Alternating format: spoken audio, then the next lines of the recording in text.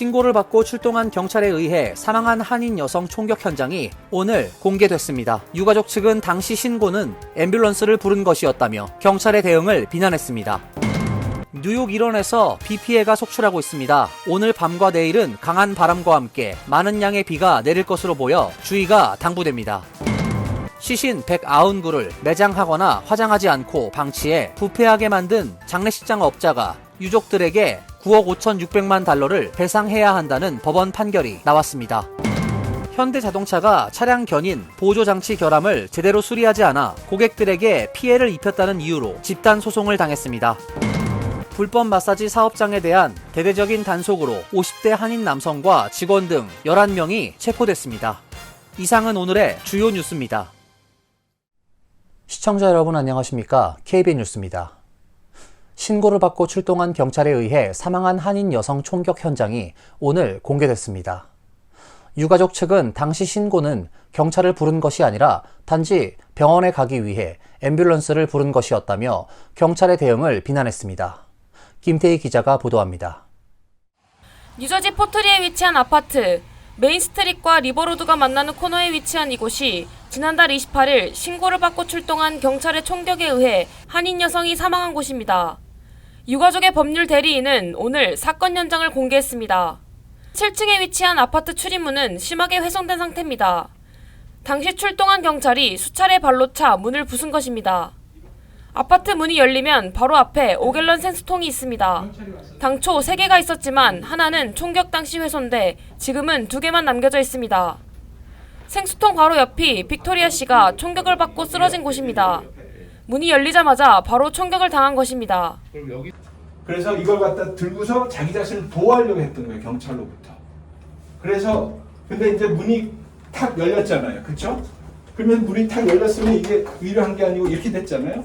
그러니까 빅토리아가 여기 있었는데 물통 가지고 총알을 쏴서 이 옆으로 관통을 한 겁니다. 당초 검찰 보고서에 등장했던 칼은 문 앞에서 약 7피트 정도 떨어진 바닥에 있었던 것으로 알려졌습니다. 조 변호사는 검찰의 엄정한 조사를 다시 한번 촉구했습니다. 그리고 전혀 칼하고는 거리가 멀어요, 지금. 그죠? 그래서 그것에 대해서 지금 경찰이 분명히 주 검찰에다가 자기네 나름대로의 스토리를 준 것 같아요. 근데 우리가 볼 때는 납득이 안 되는 스토리 같기도 하고, 현재 그래서 이것을 제대로 조사를 해야 된다.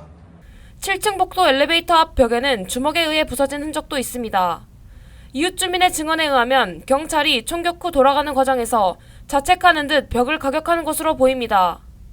사건이 발생한 지 열흘이 넘게 지났지만 포트리 경찰은 물론 뉴저지 검찰도 구체적인 조사 결과를 발표하지 않고 있습니다. 한인타운 한가운데서 벌어진 경찰의 총격 사건에 뉴저지 한인 사회가 분노하고 있습니다. KBN 뉴스 김태희입니다. 허리케인에서 열대 폭풍으로 약해진 대비가 8일 동부 해안을 따라 북상하고 있습니다. 뉴욕 일원에는 이미 비 피해가 속출하고 있는데요.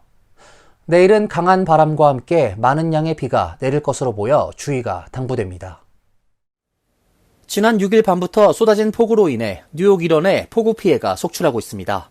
시내 곳곳이 침수되고 1천여 건의 항공기 운항이 취소되는 등 불편이 가중되고 있습니다.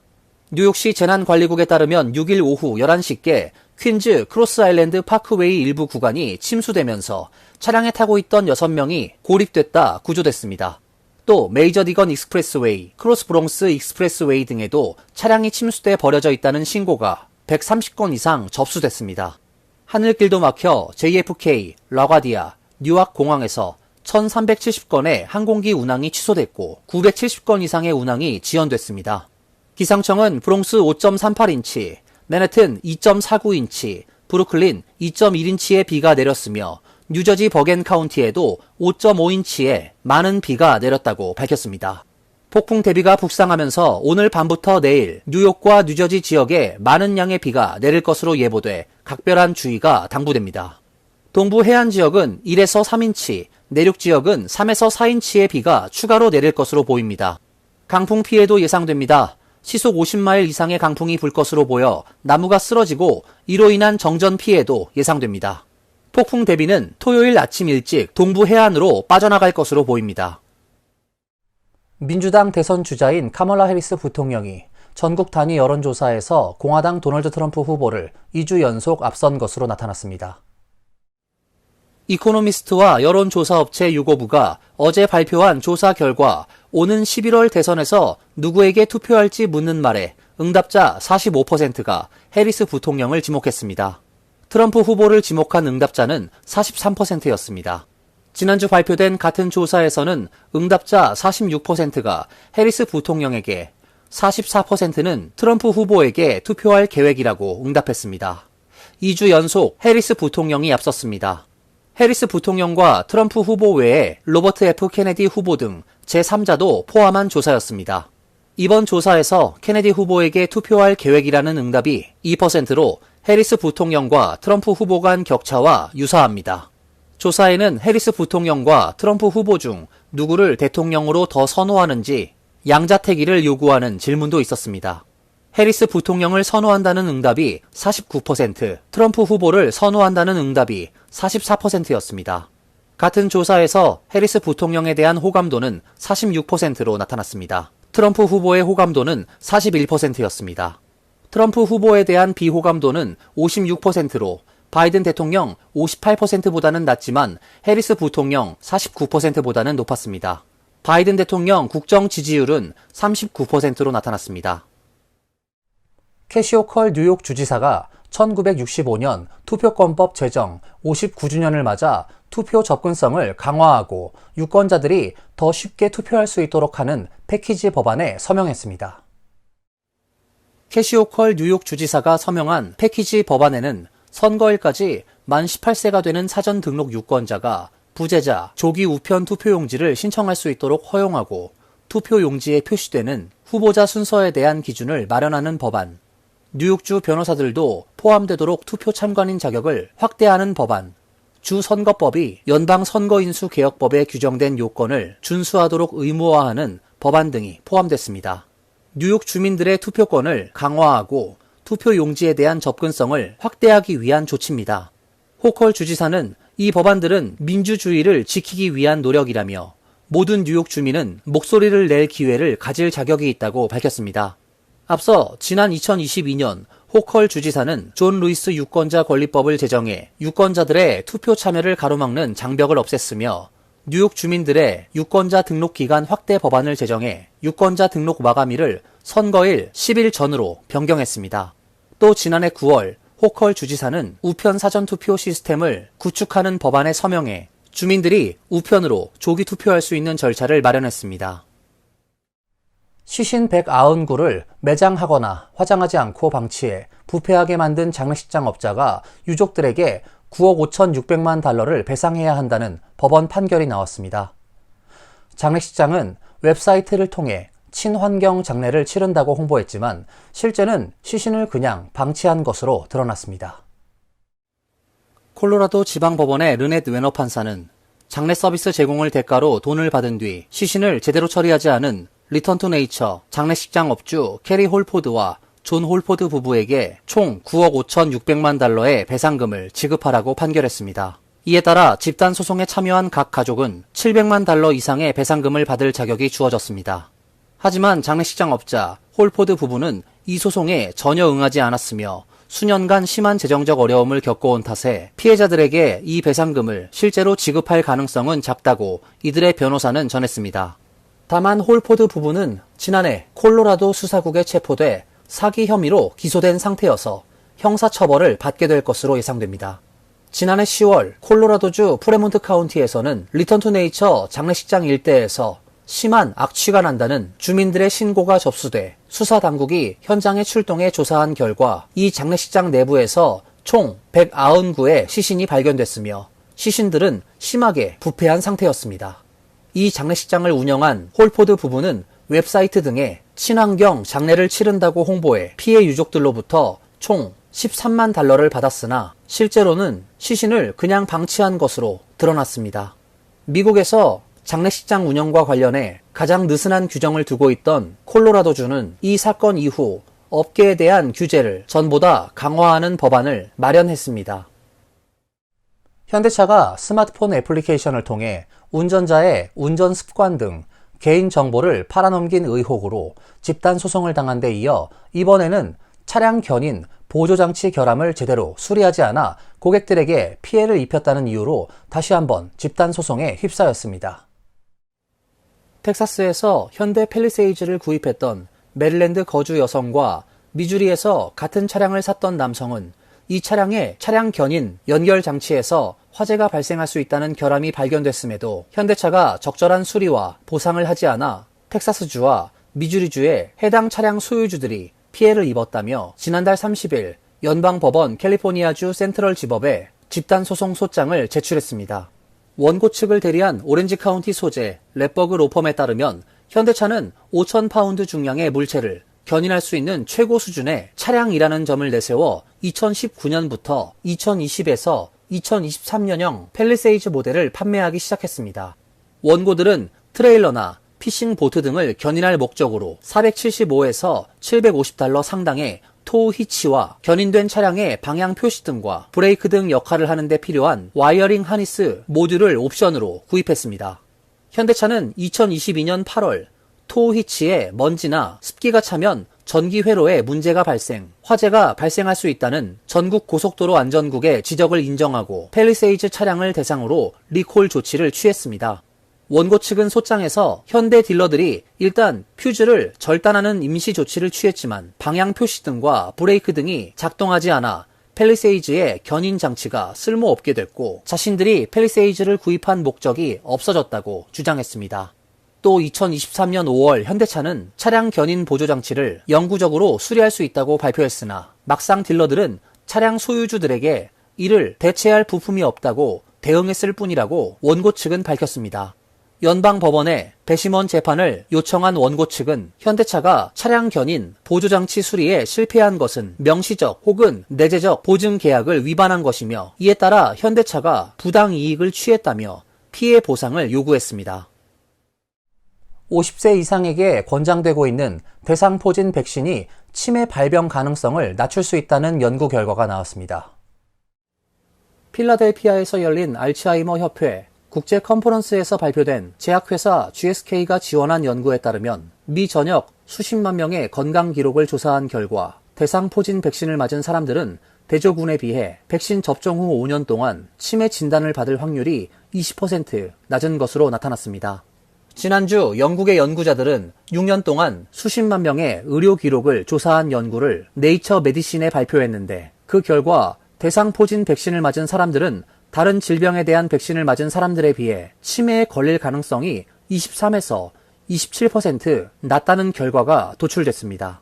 웨일즈에서 28만 2천 명 이상을 대상으로 한 또 다른 연구에서는 다른 대상포진 백신을 접종한 사람들이 백신을 접종하지 않은 사람들에 비해 접종 후 7년 동안 치매 진단을 받을 위험이 22.4% 낮은 것으로 나타났습니다. 백신 전문가들은 대상포진 백신과 치매 위험 감소 사이에 연관성이 있을 가능성이 있다고 말합니다.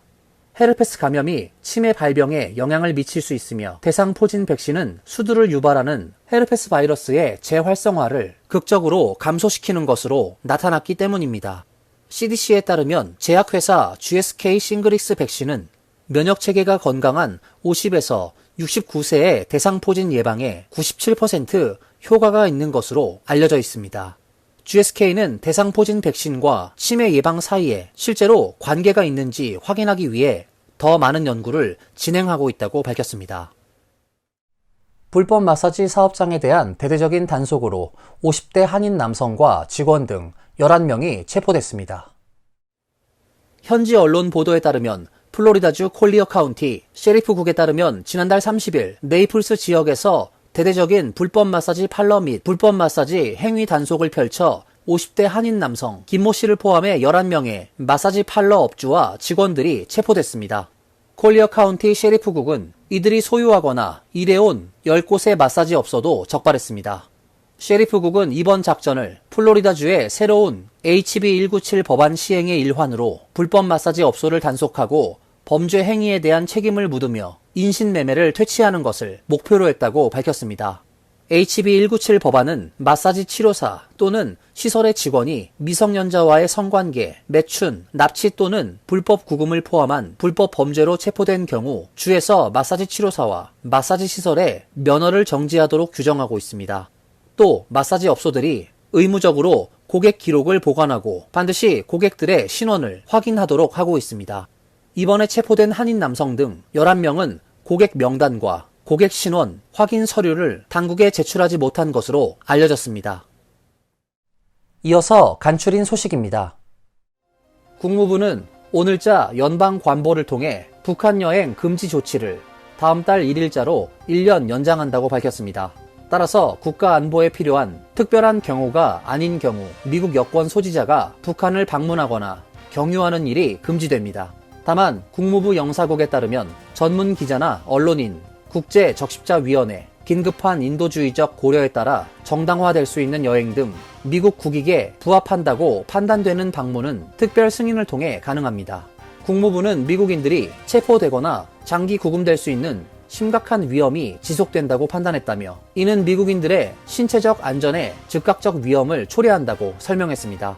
국무부는 도널드 트럼프 행정부 시절인 2017년 처음 북한 여행 금지 조치를 발령, 매년 1년씩 연장해왔습니다. NPS는 관보를 통해 워싱턴 DC에 위치한 주미대한제국 공사관을 국립사적지로 지정하는 방안에 대한 의견을 수렴한다고 밝혔습니다. 정부는 역사적 보존 가치가 높은 건물, 장소 등을 국립사적지로 지정합니다. 현재까지 한국과 관련해 국립사적지로 지정된 곳은 워싱턴 DC의 한국전쟁 참전용사 기념비가 유일합니다. 공사관은 한국 역사상 최초로 서양 국가에 설치한 외교 공관입니다. 백악관에서 1.5km 거리에 위치해 있으며 1877년 빅토리아 양식으로 지은 지하 1층, 지상 3층 건물로 19세기 워싱턴 DC에 있었던 외교 공관 중 원형을 간직한 유일한 건물입니다. 국립사적지로 지정되면 연방 및 주 정부가 보존에 필요한 비용 등을 지원하게 됩니다. 뉴욕주는 어제 마리화나 통제위원회가 이달 회의를 통해 라이선스 86건을 발급했다고 밝혔습니다. 재배 19건, 유통 11건, 마이크로 비즈니스 16건, 프로세서 18건, 리테일 디스펜서리 22건입니다. 이 중 24건은 조건부 승인입니다. 지난달 기준 마리화나 판매액은 총 3억 3,100만 달러를 웃돌았습니다. 지난달까지의 누적 판매는 5억 달러 가량이며 현재 뉴욕주 전역엔 합법 마리화나 판매소 156곳이 운영되고 있습니다. 뉴욕주는 라이선스 발급 확대와 동시에 불법 판매에 대한 단속도 강화되고 있습니다. 주지사실에 따르면 전날 기준 주 전역에서 3천만 달러 상당의 제품이 압수됐고 231개의 불법 마리화나 판매소가 폐쇄됐습니다. 뉴욕시경은 지난 5일 오전 7시 30분경 퀸즈 써니사이드 43 애비뉴 34 스트리트 교차로에서 34 스트리트 방향으로 우회전하던 흰색 화물 트럭이 43 애비뉴의 자전거 보호 도로를 따라 주행 중이던 전기 자전거와 충돌하는 사고가 발생했다고 밝혔습니다. 18세 남성으로 알려진 자전거 운전자는 현장에서 숨졌으며 트럭 운전사는 57세 한인 남성인 것으로 추정됩니다. 트럭 운전사는 사고 발생 후 현장에 남았으며 기소 여부는 확정되지 않은 것으로 파악됩니다.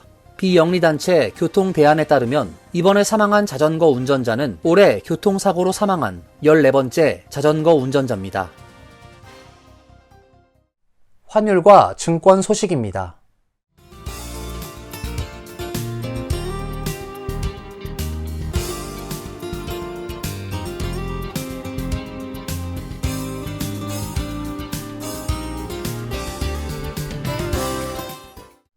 이어서 날씨입니다.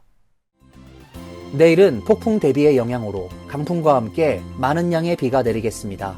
낮 최고 기온 81도, 섭씨 27도, 밤 최저 기온 71도, 섭씨 22도로 예상됩니다. 토요일은 대체로 흐린 날씨가 예상됩니다.